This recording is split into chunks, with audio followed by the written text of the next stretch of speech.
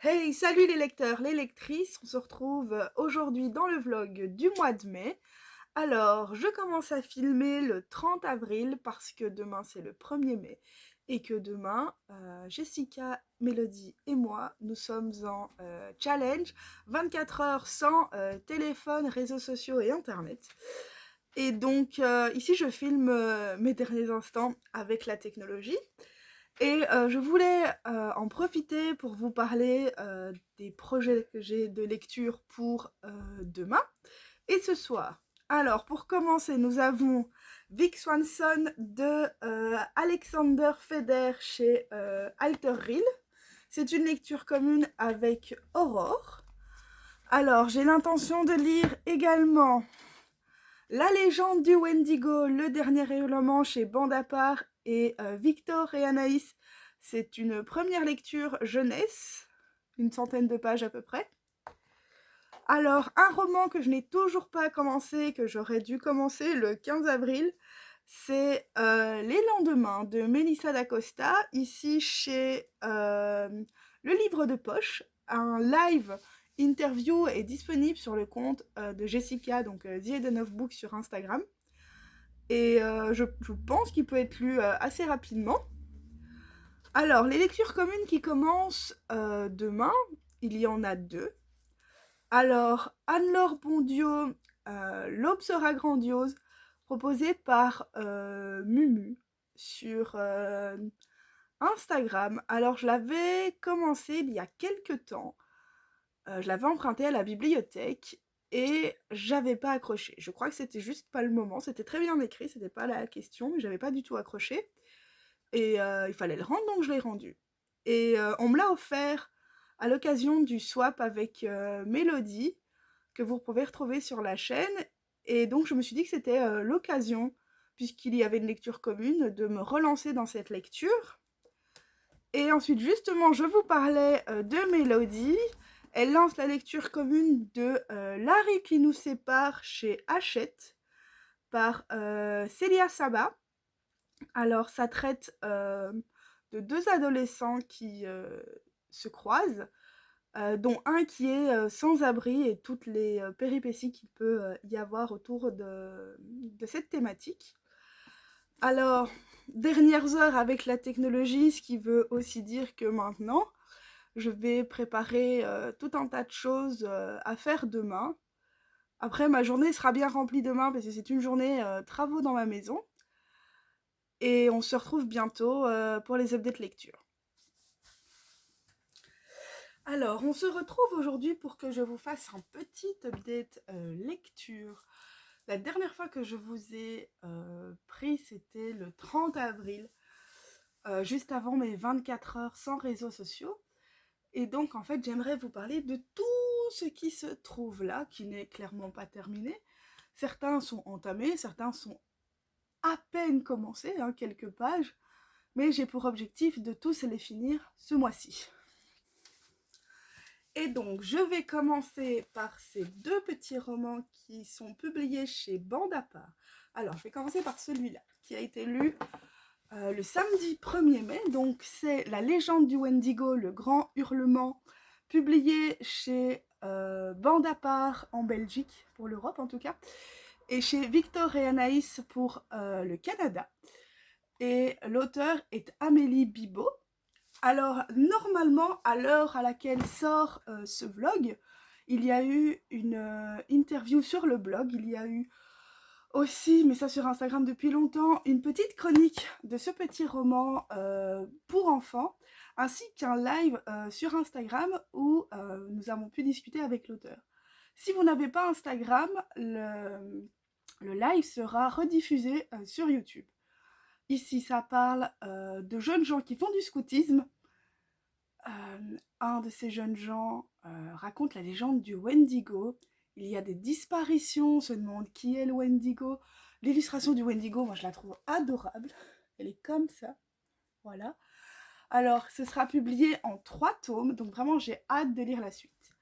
Le deuxième que j'ai lu en ce début de mois chez Bande à part, c'est Star Miaou, épisode 4.1 de...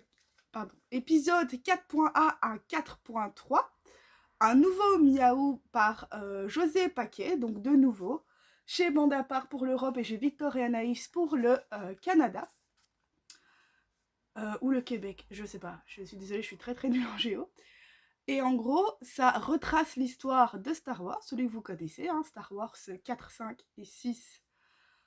Non, pardon, 1, 2, 3 et 4 que vous connaissez donc très bien. Ça retrace l'histoire et c'est juste à la place que ce soit l'étal noir, c'est la boule de laine noire, voilà. Moi j'aime beaucoup, alors au niveau des dessins, moi je craque. Hein. J'ai pas un amour fou pour les chats, mais voilà, les petites bébêtes comme ça, moi je craque. L'étoile noire, j'avais vu l'étoile noire qu'il avait... La méga boule de laine noire, c'est ça, la méga boule de laine noire. Un petit chavador, là, enfin voilà. Moi, j'ai beaucoup aimé, donc je vous conseille déjà cette maison d'édition, donc Bandapart et Anaïs et Victor. Et alors, je vous conseille ces petits romans. Les prochains que je vais lire chez Bandapart sont... Alors, ils sont ici. Sont Souris Charlie, Contre Nature par Guenièvre et Guibaud, de nouveau chez Bandapart. Et Sidonie et compagnie, L'école est finie par Anne-Sophie Plat. Ici, voilà, donc ça ce sont les deux prochains que je lirai chez Bandapart. Alors, le prochain livre dont je vais vous parler, ce n'est pas un roman, ce n'est pas plein de choses, c'est un documentaire sur la philosophie et une BD, donc une BD documentaire. Alors, ça s'appelle Philosophix, le mythe de la caverne et autres histoires philosophiques par Étienne Grachin et A. Dan chez Les Arènes BD. Je suis allée faire un tour en librairie et je suis tombée sur cette BD dont une amie m'avait beaucoup parlé et j'ai craqué.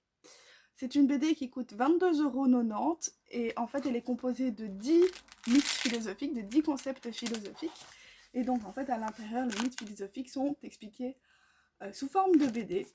Ça se lit tout seul, hein, vraiment en une après-midi c'était lu. C'est instructif, c'est beau et je trouve que c'est un bel objet aussi de collection. Donc je vous conseille Philosophix chez Les Arènes BD.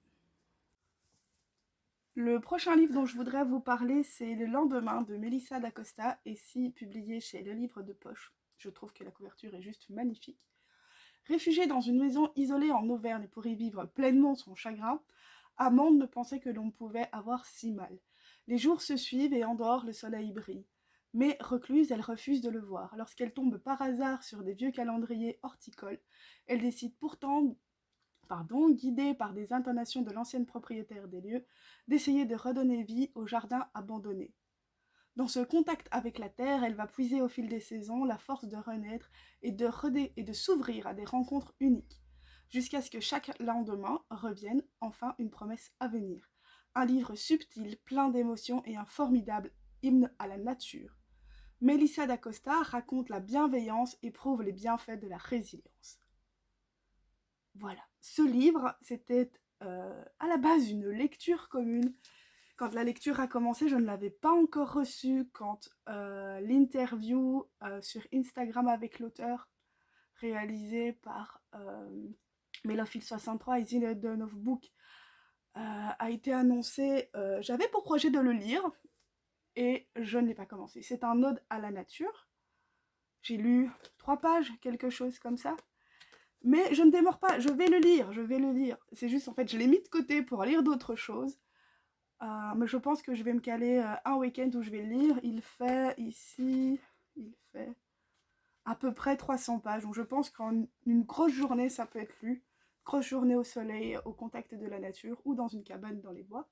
Donc ici, Mélissa d'Acosta, Les lendemains, chez Le Livre de Poche. Maintenant, je vais vous parler de 2 romans qui ont été commencés normalement le 1er mai. Un que j'ai pas du tout ouvert, un que j'ai commencé, ce sont tous les deux des lectures communes. Je commence par La rue qui nous sépare, par Célia Samba, ici chez Hachette. Alors, c'est une lecture commune avec Melofil63. Un live Instagram interview aura lieu avec l'auteur le 31, donc normalement, si tout se passe bien, vous l'avez vu. C'est une romance ado, mais pas que. En fait, ce roman rentre directement dans un projet de Mélodie, un projet autour des sans-abri, et donc comment les sans-abri sont représentés dans la littérature. Et donc, je le lis avec elle en ce moment. Je n'ai lu que quelques pages. C'est très ado. Voilà, ça, on peut pas le nier. Après, je trouve que le sujet est très intéressant. Je ne me serais pas forcément intéressée à ce livre si Mélodie ne l'avait pas mis dans sa liste de lecture. Donc, je vais vous lire le résumé. Noémia a 19 ans, Tristan en a 21. Ils se croisent tous les jours, ils se plaisent, c'est évident. Mais Noémia est étudiante et Tristan est sans abri. Entre eux, il y a un froid. La société entre eux, il y a une rue qui pourrait se relever difficile à traverser. Donc vraiment, j'attends beaucoup de ce livre, en dehors du fait que ce soit une romance ado. J'aimerais voir comment le côté sans-abri a été mis en évidence. Donc voilà, lecture commune avec Mélophile63 sur Instagram. Le suivant, c'est L'aube sera grandiose de Anne-Laure Bondeau. Alors, proposé en lecture commune par Mumu. Je mettrai son Instagram ici quelque part, parce que c'est pas son nom complet. Ça aussi, c'est une ode à la nature. Je l'avais emprunté il y a quelques années en bibliothèque. Et je n'avais pas eu l'occasion de lire beaucoup, et je l'avais rendu, et voilà, sans plus. Il m'a été offert par Mélophile63 lors du swap que vous pouvez retrouver sur cette chaîne YouTube.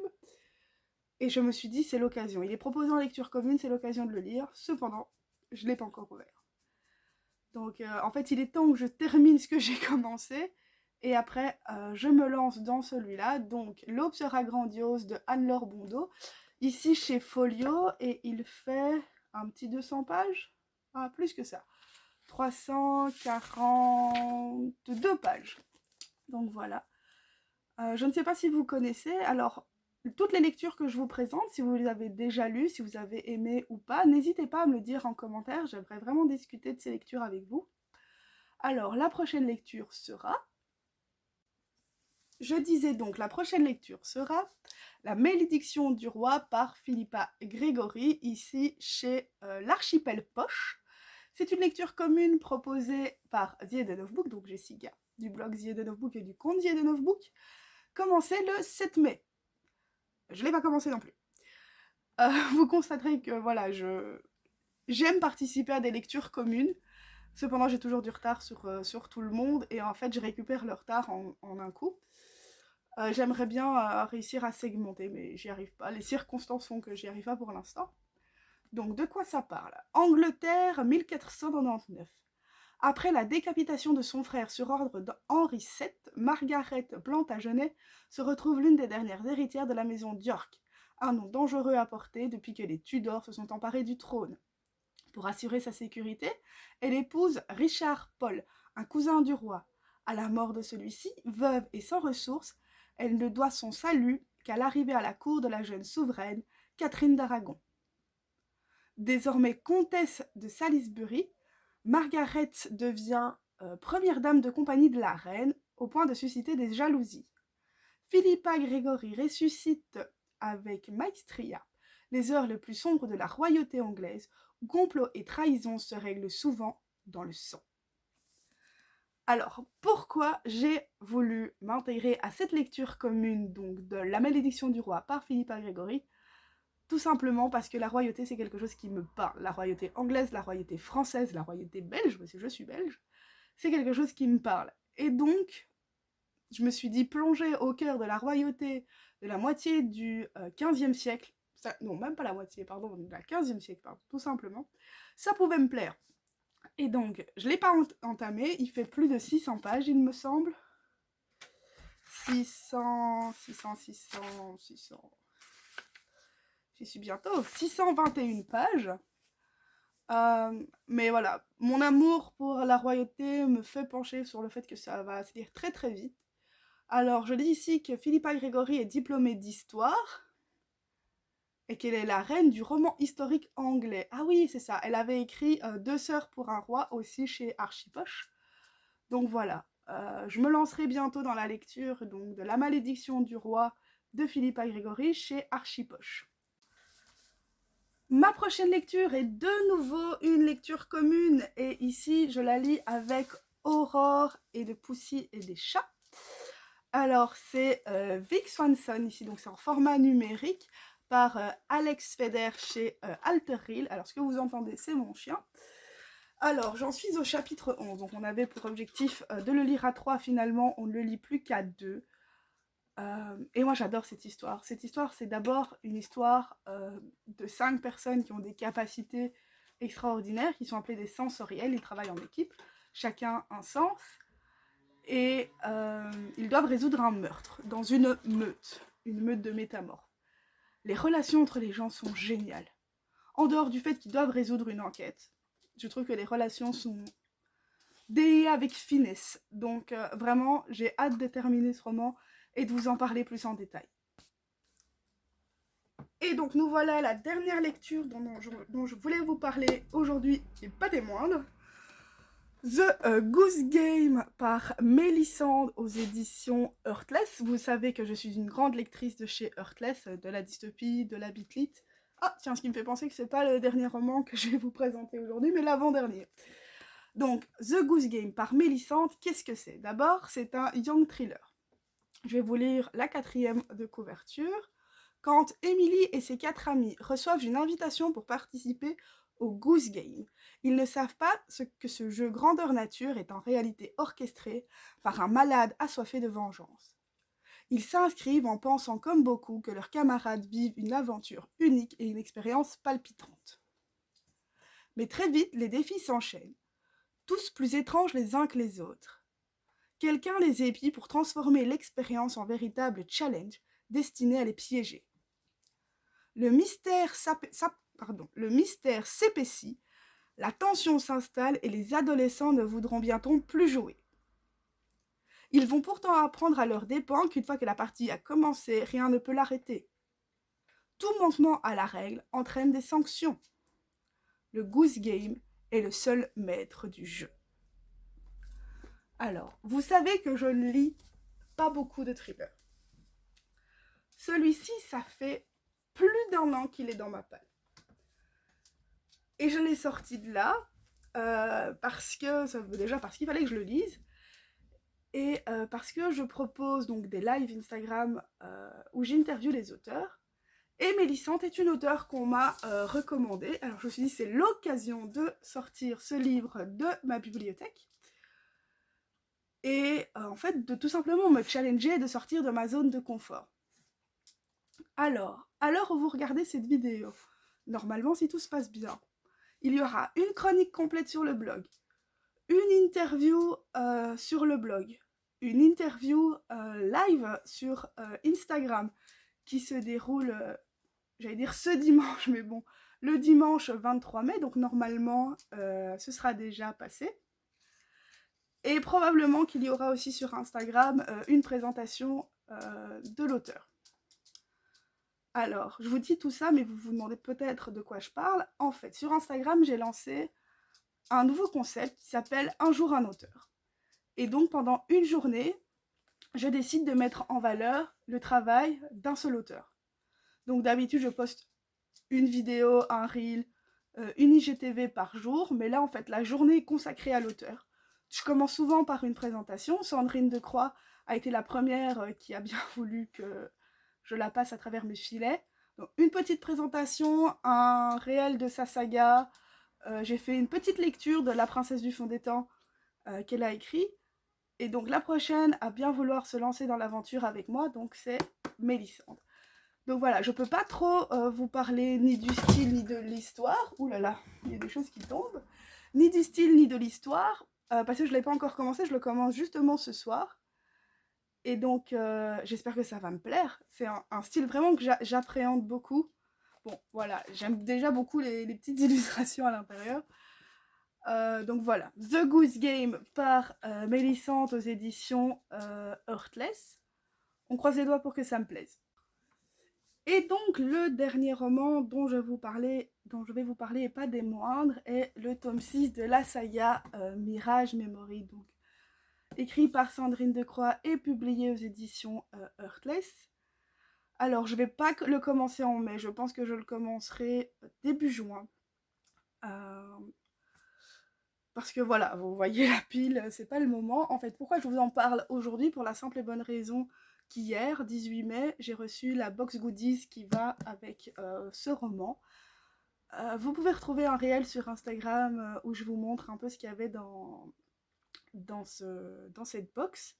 Je vais pas vous lire le résumé, ce serait un peu bête, surtout qu'on arrive à un tome 6.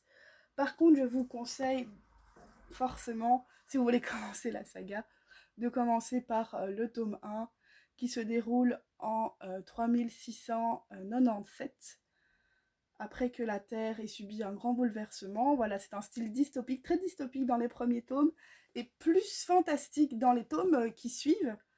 Donc voilà, la dernière cité, donc par Sandrine Decroix chez Heartless, et donc le tome 6 que je vous présentais, sur les traces du passé. Franchement, j'adore la couverture. Je pense savoir que ce sont les yeux d'un personnage que j'aime beaucoup. Je parierai sur Marc, on verra quand je le lirai. Normalement, vous verrez ça soit dans le vlog du mois de juin, soit dans le vlog du mois de juillet, ça dépendra. Quand est-ce que je le finirai? Il fait 517 pages, donc il est un peu plus petit que que le tome 5. Le tome 5 faisait 592 pages. 592 pages de bonheur, hein, clairement. Je pense que je suis amoureuse de cette saga. Vraiment. Et que je vais pas me laisser prier pour lire le cycle du prophète de la même auteure et à la même maison d'édition. Donc ici, sur les traces du passé, par Sandrine Decroix chez Heartless.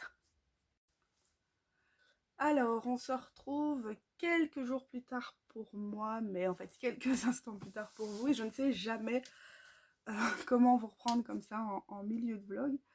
Alors, je vous retrouve aujourd'hui pour vous parler d'une nouvelle lecture commune, oui encore, mais une lecture commune très spéciale, car il s'agit d'une lecture commune de Ta seconde vie commence, quand tu comprends que tu n'en as qu'une, par Raphaël Giordano, que je ne peux pas vous montrer parce que celui que j'ai est dans des caisses. Et pourquoi elle est spéciale cette lecture? Pour la simple et bonne raison déjà que je le lis avec des personnes qui me tiennent à cœur, mais aussi parce que nous avons décidé d'organiser une lecture commune sous plusieurs formats. Je m'explique. Récemment est sortie la BD de ce roman que Jessica va lire, donc j'ai The Notebook. Mélophile63 va lire le format roman. Et moi, je vais lire le format audio. Pourquoi j'ai décidé de lire en format audio? Pour la simple et bonne raison que j'ai déjà lu le format roman, que j'avais adoré. Et que, au vu de toutes les lectures qu'il y a là, de ce qui arrive, hein, voilà, je vous spoil quelques lectures, dont quelques communes, et ben, j'ai pas forcément l'occasion de lire plus en fait. Et je veux vraiment lire ce livre, donc voilà, je sais que pour moi c'est le genre de roman qu'il faut relire. Il faut relire à plusieurs périodes de sa vie pour des petites lectures de rappel, voilà, pour se remémorer certaines choses. Donc, je vous parle de ta seconde vie commence quand tu comprends que tu n'en as qu'une, par Raphaël Giordano.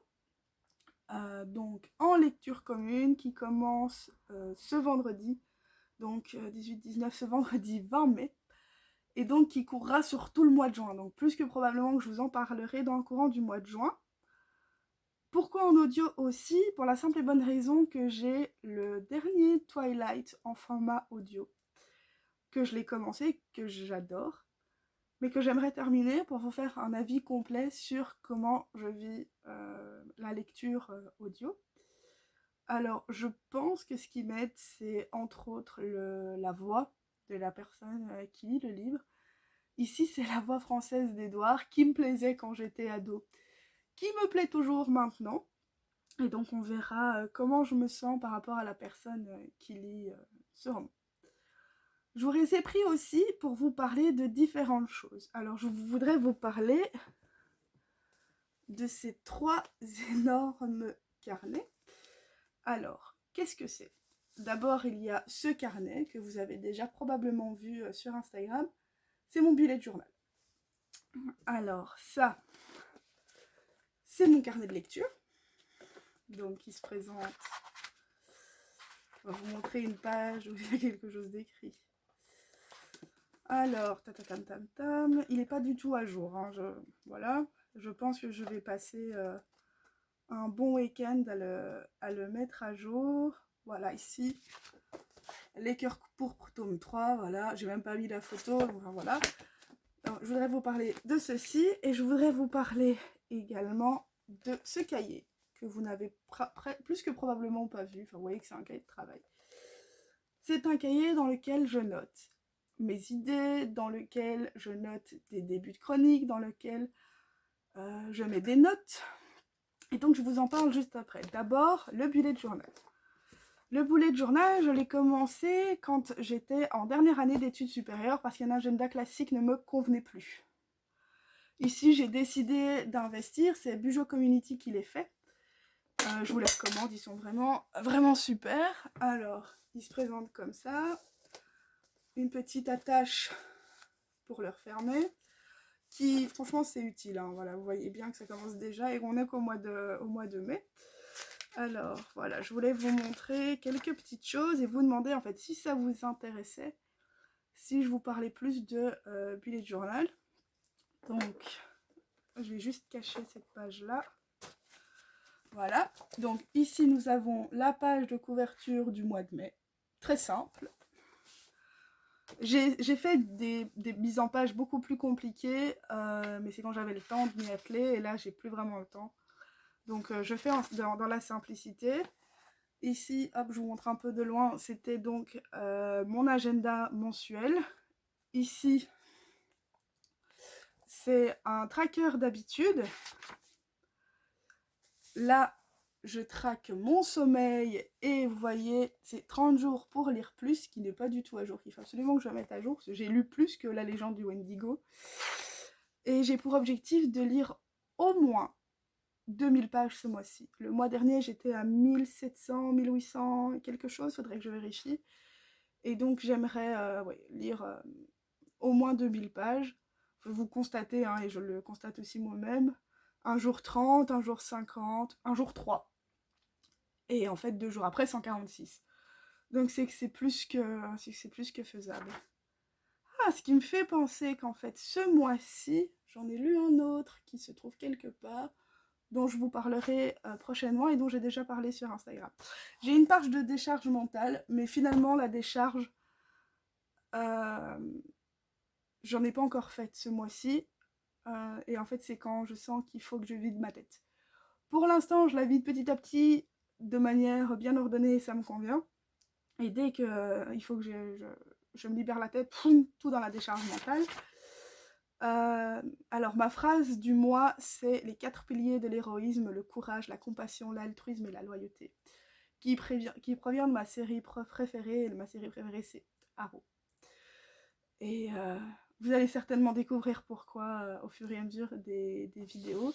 Et en fait, par exemple, ici, les pages qui suivent, donc ici, j'ai dû aller à Binche, j'ai écrit mon horaire de train. Ici, ce sont les personnes qui ont participé au concours des 500 abonnés réalisés avec Bande à part. Ici, c'est une énorme to-do. Enfin, voilà, il y a plein de choses. Et donc voilà, je voulais savoir si ça vous intéressait, si ça pouvait vous intéresser, que je parle donc de bullet journal. Ensuite, on passe à ceci, qui est donc un cahier de lecture. Alors, je ne sais pas si l'année prochaine, je vais continuer à utiliser un cahier de lecture. Pas que ce soit pas intéressant d'avoir un compte-rendu dans un seul endroit de nos lectures, mais en fait, ça me prend du temps, et la plupart du temps, j'oublie. Et en fait, je fais des grosses sessions où je remets tout dedans. Donc, j'y réfléchis. Et en fait, j'ai découvert ce format-là de carnet de lecture grâce à la bibliothèque de Chris que vous pouvez retrouver sur Instagram et sur YouTube, c'est Christelle Neveu. Et donc, en fait, ça se présente, voilà, si vous avez des pages pour écrire vos citations préférées, Vos personnages favoris, je devrais écrire en grand, Marc. Qu'est-ce qu'il y a d'autre? Ensuite, vous avez des pages comme ça, où donc vous pouvez noter... vous pouvez noter quoi? Le titre, vous pouvez ajouter la photo de couverture, le sous-titre s'il y en a un, combien de tomes il y a et combien de tomes, enfin c'est quel tome sur combien, ou alors c'est un one-shot, quel est l'auteur, la maison d'édition, la date de parution, quel genre littéraire, le nombre de pages, si vous l'avez lu en VO ou en VF, si c'est un e-book ou en format papier, si vous l'avez acheté, si c'est un cadeau, si c'est un service presse ou si vous l'avez emprunté. Donc vraiment c'est hyper complet. Si vous l'avez emprunté, quand est-ce que vous devez le rendre? Et ensuite, quand est-ce que vous l'avez commencé? Quand est-ce que vous l'avez terminé? Ensuite, vous avez deux colonnes. Une colonne avec « j'ai aimé », une colonne avec « je n'ai pas aimé ». Et ensuite, vous pouvez noter votre avis. À la toute fin, à relire, relu, j'ai commenté, j'ai chroniqué et puis ajouté une note. Franchement, je trouve ça hyper bien fait. Alors, vous avez ça sur des centaines de pages et à la fin, si je ne me trompe pas, voilà, vous pouvez parler de vos sagas. Donc, par exemple, ici, je vous parlais du tome 3 des Cœurs Pourpres. Et bien, ici, dans mes sagas, j'ai titre, les Cœurs Pourpres. Nombre de tomes au total, 3. Il y a aussi, je dois lire le tome, tatatam, mais bon, voilà, vu que j'avais déjà lu les 3, je ne l'ai pas noté. Auteur, maison d'édition, genre, la version de lecture, le prix par tome. Quand est-ce que vous avez commencé la saga? Quand est-ce que vous l'avez terminée? Un avis général sur la saga. Et ensuite, vous pouvez noter le numéro et le titre des tomes. Ici, donc ici c'était Mordu, Faux Semblant et Désiré, si vous l'avez lu. Ensuite, une note ou une appréciation. Et j'ai écrit « Hâte de découvrir les prochains écrits de cet auteur, note globale de la saga, 5 sur 5. » Donc vraiment, je trouve ça hyper bien fait. À la fin, on a des petits défis lecture. Enfin voilà, c'est des trucs, c'est mignon. Ici, on vous propose des défis. C'est très inspirant. Je prends pas tout. Voilà, par exemple, les défis lecture, je les prends pas là, je les invente moi-même ou je les fais avec des amis. Donc voilà, ici, le carnet de lecture. Et ensuite, ce carnet-là, ça peut être n'importe lequel, hein, pour le coup. Et en fait, ici, c'est un carnet où je note tout. Ici, je vais vous montrer une page de notes. C'est pas très instagrammable. Hein. Donc j'ai mis instagrammable, justement, LC, parce que c'était une lecture commune. Elietta Bekassi, le nom de l'auteur. Le nombre de pages. Et ensuite, tout ça, c'est des commentaires de lecture. J'ai mis rôle des réseaux sociaux dans la vie d'un auteur. Puis j'ai mis RS pour réseaux sociaux, égale comparaison, égale confiance en soi, égale perte de celle-ci. Après j'ai portable devenu essentiel, prolongement de la main, puis j'ai mis extrait, parce que l'extrait à une certaine page me plaisait. Plus loin, j'ai désillusion, communication, enfin voilà. En gros, je note tout ce qui peut me servir. Parfois je note le nom des personnages. Plus tôt dans la vidéo, je vous parlais de Vic Swanson aux éditions Alter Reel. Ben, par exemple ici, je n'arrivais pas à retenir quel sens était allié à quel personnage. Ben, je l'ai noté, tout simplement. Ici, j'ai des idées. Par exemple, j'ai mis idées, vlog, timeline. J'ai voulu en faire une pour le vlog précédent. Et donc, voilà, j'ai fait une timeline. Enfin, voilà. Voilà, je vous ai présenté ces cahiers pour que vous puissiez me parler de comment vous gérez vos lectures. Est-ce que vous lisez plusieurs livres en même temps? Vous aurez compris que moi, oui. À une époque, je gérais ça très bien. Pour l'instant, c'est plutôt moyen. Mais je vais retrouver un rythme. Est-ce que vous avez un cahier de lecture? Est-ce que vous mettez tout sur Instagram ou pas? Voilà, expliquez-moi en commentaire comment vous gérez ça. Et j'aimerais aussi savoir quels sont les livres que vous avez lus ou qui vous ont donné envie d'être lus, donc dans ceux que je vous ai présentés. Alors là-haut, ce que vous voyez, c'est certains des livres que je compte lire en juin. De plus, ici, ce que vous voyez, ce ne sont que les formats papier, à part le Vic Swanson qui a fait exception. Sinon, je lis également beaucoup en numérique. Est-ce que ça vous intéresse que je vous parle aussi de mes lectures en numérique? Voilà, dites-moi tout et on se retrouve bientôt. Alors, je vous retrouve plus tard dans le mois. En fait, le mois est presque terminé et je ne pense pas en fait vous faire un bilan de mes lectures du mois. Parce qu'ici, je voudrais vous présenter mes derniers achats livresques, alors principalement de la jeunesse, à quelques exceptions, car c'est un mois assez important, c'est un mois d'anniversaire pour un petit garçon que j'aime beaucoup. Donc, je vais vous présenter d'abord ce que j'ai sélectionné pour lui. Alors, j'ai sélectionné C'est moi le plus fort en petit format pliable de Mario Ramos, chez Pastel, si je ne dis pas de bêtises. Et en fait, c'est les éditions Les Lutins. C'est écrit là en tout petit, mais je ne pense pas que vous le verrez. Trop bien. Valeur sûre, il l'adore. En fait, on l'avait emprunté à la bibliothèque et il l'avait adoré. Donc là, voilà, il est acheté. Ensuite, Super Lapin. Toujours collection Les Lutins. Et c'était publié chez... je ne me rappelle plus. Chez l'École des Loisirs. Voilà, Super Lapin. Les images sont très drôles. Enfin, moi, j'aime beaucoup les coloris. Alors, on continue avec un classique, Ernest et Célestine chez Casterman. Je voulais lui faire découvrir. Et là, Ernest et Célestine vont au musée. Les couleurs pastel sont vraiment magnifiques. C'est l'occasion de lui faire découvrir. Ici, par exemple, la Joconde. Et qu'est-ce qu'il y a d'autre?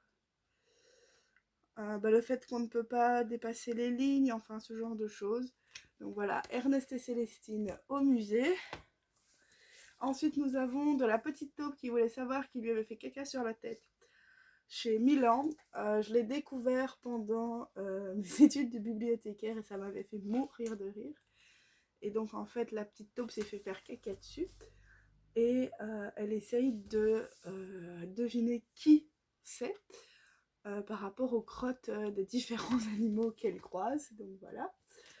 Ensuite, nous avons Petit Bleu et Petit Jaune chez aussi l'École des Loisirs, donc toujours collection Le Lutin, de Léo Léoni. Pour moi, c'est une valeur sûre et en fait, c'est un livre qui parle de tolérance avec des couleurs, donc vraiment, j'adore. Ensuite, nous avons Petit Poisson Blanc chez Mijade. J'adore les coloris, franchement, ils sont magnifiques. Voilà, on verra s'il aimera. Et enfin, j'ai pris un premier J'aime lire pour les 6-7 ans, donc il vient d'avoir 5 ans. Et donc ici, c'est sur l'été 2000, c'est un hors-série été 2021, donc c'est publié chez Bayard. Donc c'est pour les lecteurs débutants, donc je pense tout doucement l'initier à la lecture, mais vraiment doucement, doucement. Et donc je m'étais dit que ça pourrait être sympa qu'il ait son premier roman. Voilà, pour quand il sera un cheveu plus grand, il l'aura déjà sur lui. Ensuite, les lectures pour moi. Alors, je suis allée à la librairie et j'ai acheté des ouvrages que je ne peux pas vous montrer puisqu'ils font partie d'un swap pour 2 personnes qui va partir dans le courant du mois de juin. Je me suis acheté Petit traité du lecteur, un libraire raconte ce que le vôtre pense peut-être tout bas. Bonjour, je cherche un livre bleu. Les bibliothécaires, on a le même genre de réflexion aux éditions Autrement. Voilà, j'ai hâte de le lire. Il fait 200 pages à peu près. Ah non, moins que ça, il fait 157 pages. Donc voilà, des petites anecdotes, etc. J'ai hâte de le lire. Ensuite, Don't Fake Your Smile, tome 6. Un manga que j'avais adoré, le tome 1 doit être quelque part ici dans mes caisses. Et donc pourquoi le tome 6? Parce qu'en fait j'ai acheté le tome 5 il n'y a pas longtemps. Et donc en fait il faut que je les lise. J'adore les couvertures, elles sont vraiment magnifiques. Et alors, mon dernier craquage livresque est en fait une BD aux éditions du Rocher. Et c'est Miss Davis sur donc Angela Davis et la lutte des femmes noires. Alors, la vie et les combats d'Angela Davis, née en 1944 à Birmingham en Alabama, où sévissent la ségrégation raciale et les attaques du Ku Klux Klan, Angela adhère Lumbaba Club en 68, puis au Black Panther Party. La chasse aux communistes ainsi que le programme Cointelpro, j'imagine, du FBI ne lève pas de répit aux activistes afro-américains. Tous les jeunes d'opposition sont filtrés et surveillés. En 1970, suite à l'attaque du tribunal du comité des marins, Angela Davis deviendra l'ennemi public numéro 1 et sera emprisonnée pour être condamnée à mort. Le comité national uni à la libération d'Angela Davis est alors créé. Le monde entier connaîtra son histoire et demandera sa libération. Donc, aux éditions du Rocher. Et je l'ai feuilleté dans la librairie et vraiment il est magnifique. J'ai hâte d'en savoir plus. Donc en fait vous avez des pages,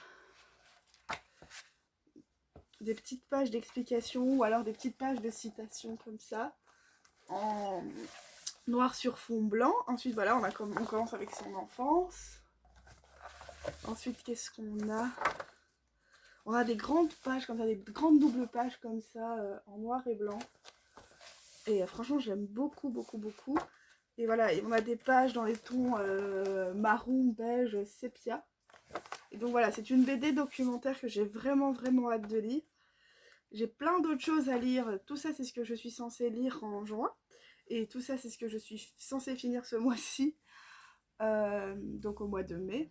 Donc vraiment, j'espère pouvoir lire tout ça. Alors, je pense que la vidéo va se terminer là. Elle doit faire à peu près 40 minutes. Et j'ai pas dit tout ce que j'avais à dire, mais ça, ce sera dans une prochaine vidéo. Alors, si ce genre de contenu vous plaît, n'hésitez pas à liker, partager, commenter. Et dites-moi en commentaire si certaines lectures vous tentent, si vous voulez faire certaines lectures en commun, si vous voulez voir certains types de contenus. Et alors, je vous souhaite des belles lectures.